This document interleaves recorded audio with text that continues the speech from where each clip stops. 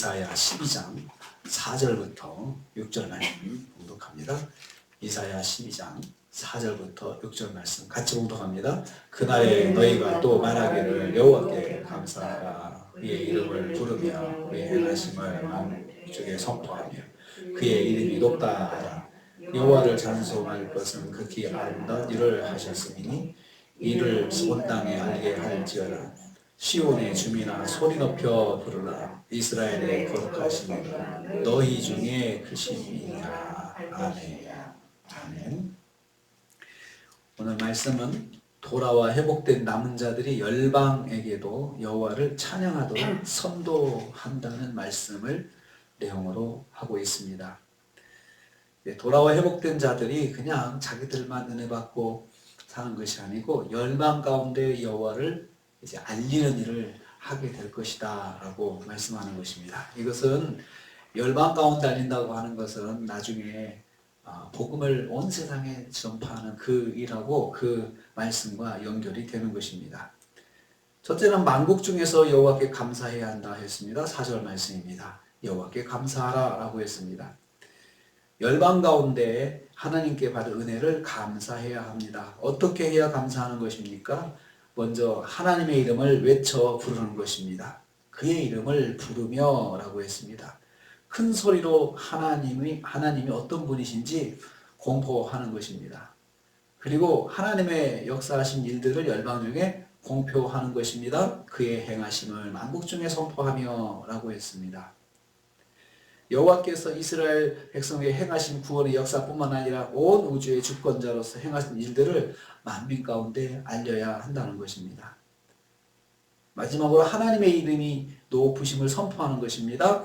하나님의 이름, 그의 이름을 높다 하라. 하나님의 이름이 높은 분이시다 라고 그렇게 말하고 다니라 라고 하는 것입니다.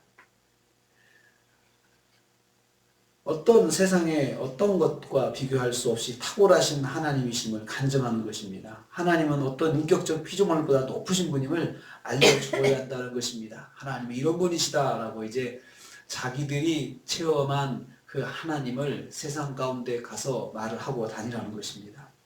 하나님의 은혜를 입은 백성들의 사명은 하나님을 열방 가운데 알리는 것입니다. 두 번째로 온 세계의 여호와를 찬송해야 한다 했습니다. 5절 말씀입니다. 찬송한다는 말은 높여서 드러내 알리는 것을 말합니다. 여호와께서 어떤 분이시고 무슨 일을 행하셨는지 소리를 높여 듣기 좋은 소리로 선포하는 것입니다. 사람들이 알아듣도록 혼자 속으로 중얼중얼 하는 것이 아니고 사람들의 귀에 딱 붙도록 말씀하는 것을 말합니다. 왜냐하면 여호와께서 극히 아름다운 일을 행하셨기 때문이다 라고 했습니다. 아름다운 일을 행하셨기 때문에 여호와를 찬송하는 할 것은 극히 아름다운 일을 하셨습니다 라고 했습니다. 극히 아름다운 일은 장엄하고 영광스러운 일을 말합니다. 즉 오직 하나님만 하실 수 있는 장엄하고 탁월하고 놀라운 일들을 말하는 것입니다. 세상을 창조하시고 그리고 바벨론과 아수르를 망하게 하시고 나라의 흥망성쇠를 결정하시고 역사를 주관하시고 하는 그 하나님의 탁월하심, 하나님만이 하실 수 있는 일들을 알리라는 것입니다. 그들은 자기들이 경험한 하나님을 온 세상의 민족들이 알도록 찬양하며 들려야 합니다. 온 세상에 하나님의 이옴과 영광을 전파하는 일을 구원받은 하나님의 백성들이 해야 한다는 것입니다. 하나님의 백성들의 사명은 하나님의 이름을 열방 가운데에 전하는 것입니다. 세 번째로 6절 말씀입니다. 임마누엘 하나님을 소리 높여 불러야 합니다. 다시 한번 소리 높여 부르라고 말하고 강조합니다. 하나님께서 이스라엘 백성 가운데 크심을 선포해야 합니다. 이는 하나님께서 하나님의 택한 백성과 함께 계심을 찬양하는 것입니다. 너희 중에 크심이다. 여기 너희 가운데 계신다라고 하는 것은 이것은 임마누엘을 말하는 것입니다. 임마누엘 하나님을 찬양하는 것입니다. 이 말씀은 마태복음 28장 20절에서 이루어집니다. 내가 세상 끝날까지 너희와 항상 함께 있으리라.